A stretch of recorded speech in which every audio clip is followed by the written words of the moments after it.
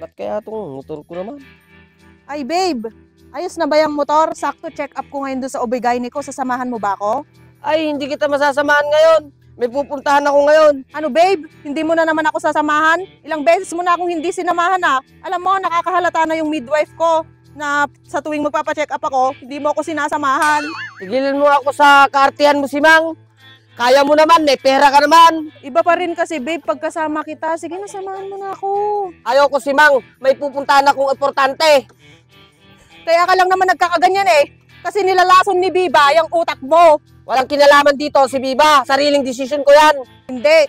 Kasi napapansin ko, nagbago ka na. Ano naman babaguhin sa akin? Wala naman babaguhin sa akin. Kung hinarap mo lang sa akin yung amang na yan, hindi ako magkakaganto. Ayan, dyan na naman tayo sa amang. Hindi na natapos-tapos yung amang na yan. Di ba sinabi ko naman sa'yo na kay nanay yon? Hindi ako kampante dyan na kay nanay-nanay.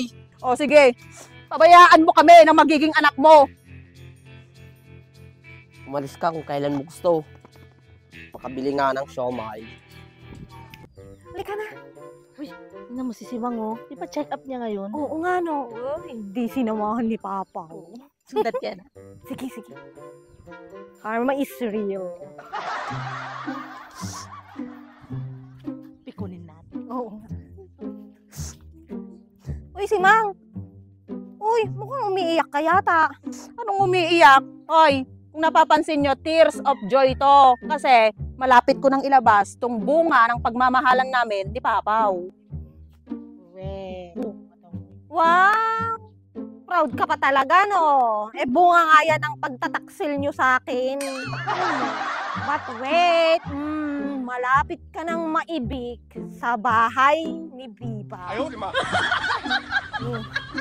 Kung magagawa mong palayasin ako, hoy, nagkakamali ka kasi this month, mabibili na ni Daddy yung sinasabi mong bahay mo.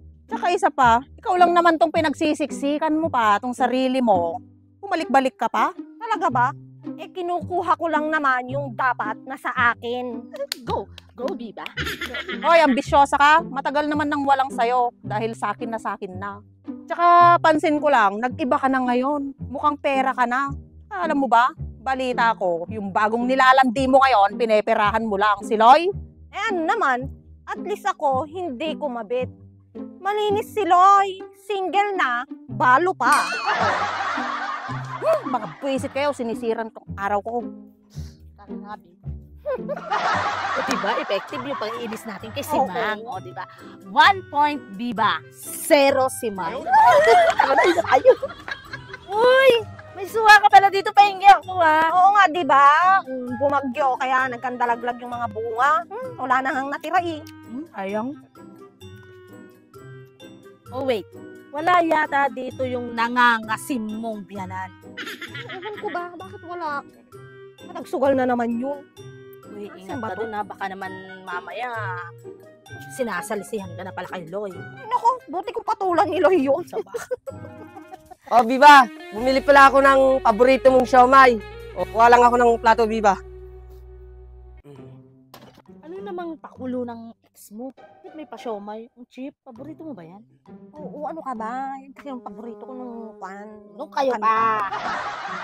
O, ikaw, Kuring, umuwi ka na.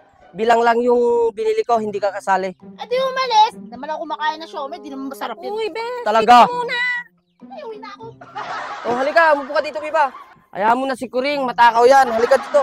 Pagharapan natin to. Salamat na lang, pero hindi ako nagugutom eh. Oo, Biba. Alam kong marami akong pagkukulang sa'yo. Kaya nga gusto kong bumawi sa'yo. Sana mapagbigyan mo ako. Ayaw, di ma.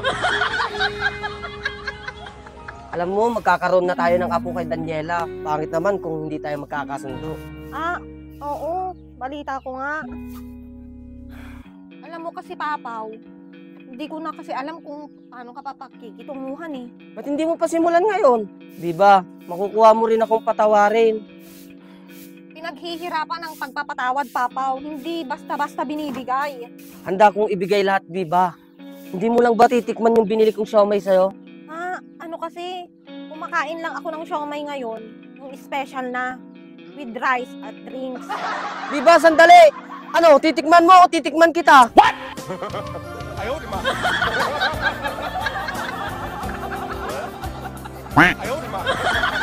Ano yun ulit? Anong titikman? Ha? Yung siomay.